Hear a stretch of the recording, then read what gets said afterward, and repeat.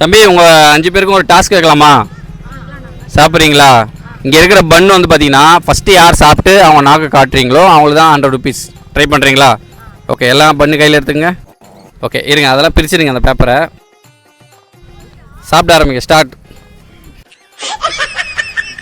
உள்ள உள்ள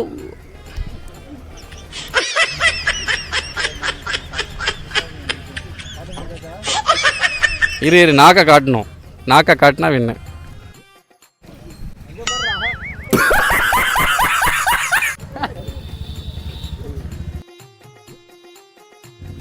ஒருத்தன் பேப்பரோட சாப்பிட்டு இருக்கான் போல இருக்க.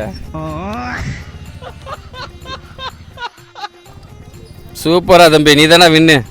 நம்பர் 7 வின்னுப்பா. அப்படியே அந்த 100 ரூபாய் கொடு.